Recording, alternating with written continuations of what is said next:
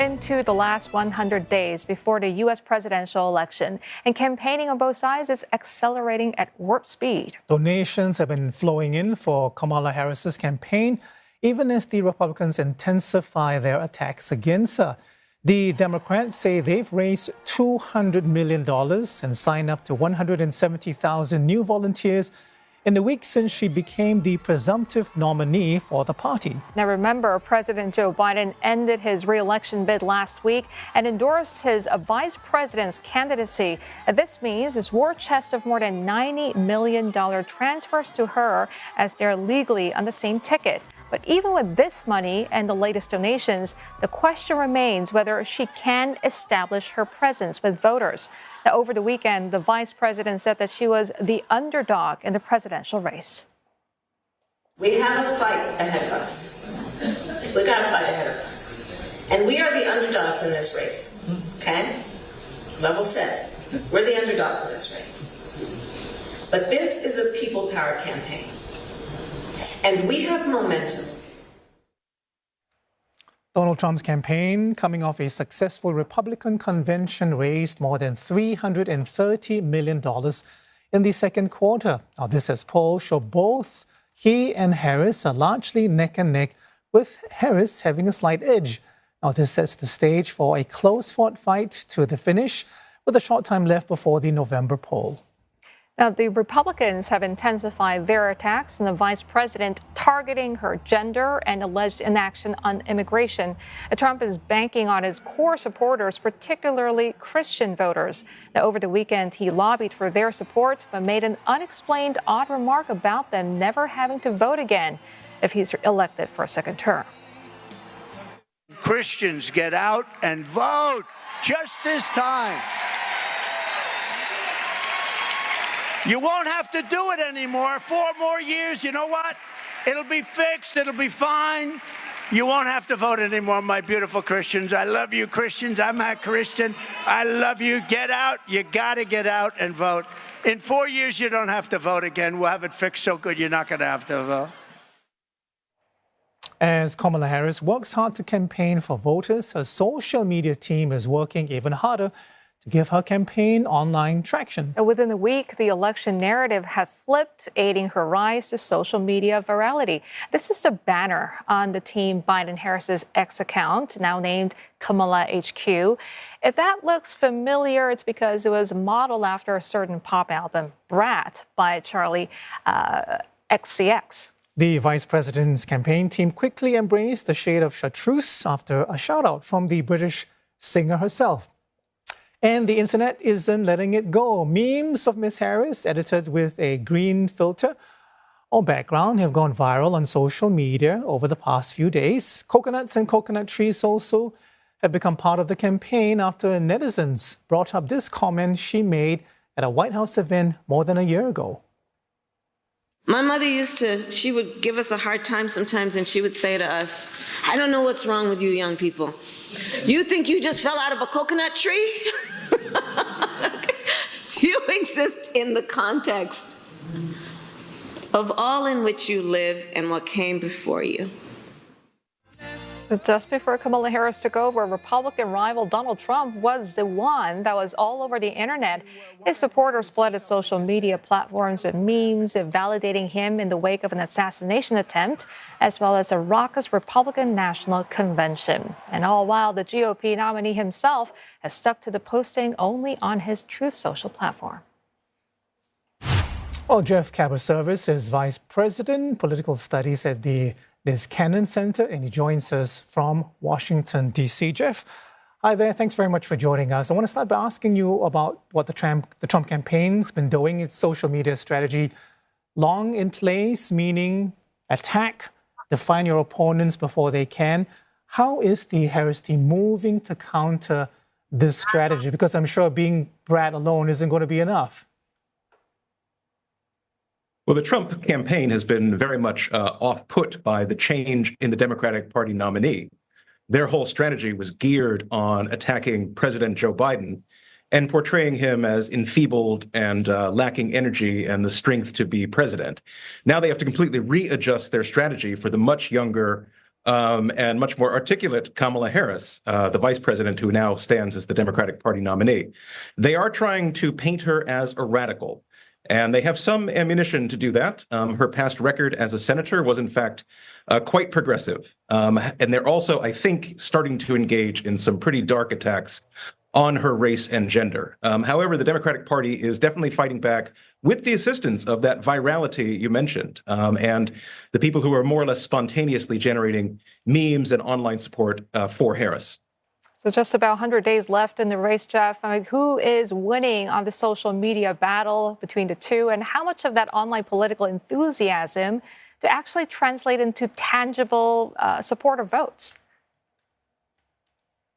As you say, it is only 100 days before the election. Things are moving at warp speed. It's very difficult to predict who actually is ahead or what kind of performance they're giving. However, what can be said is that the Democrats had lagged very far behind the Republicans, both in terms of enthusiasm among supporters and even potential voters, as well as their online presence. That has changed virtually overnight. As your listeners will have heard, there were $200 million raised in the past week, 170,000 volunteers coming forward, and the enthusiasm gap that the Democrats once suffered from has now definitively been closed. So there's a lot of enthusiasm for Harris, but it remains to be seen how enduring this will be, in particular, what kind of impact these various online and other campaigns will have on swing voters in a handful of mostly Midwestern states who tend to decide these very close American elections. Jeff, coconut trees, memes, and green and shades of green and so forth, suggest that there's increasing levels of engagement and enthusiasm from younger voters. But do you know if this actually translates to other voters as well beyond young Americans? It's true that memes are created by and for young people, and it can be risky for people who are not young to try to interpret them. Nonetheless, I do think that the memes indicate that energy and enthusiasm that I spoke of. And what this really is important is that it gives Harris a means of introducing herself, really, to the American electorate. She has been not a visible vice president, and most Americans know very little about her, which is why there is such a rush to define her in this moment. And Donald Trump, in his own way, was actually given a chance to reintroduce or perhaps relaunch himself after the assassination attempt that you also mentioned. And Trump could have chosen a much more unifying message after that attempt, and instead he's more or less reverted to form.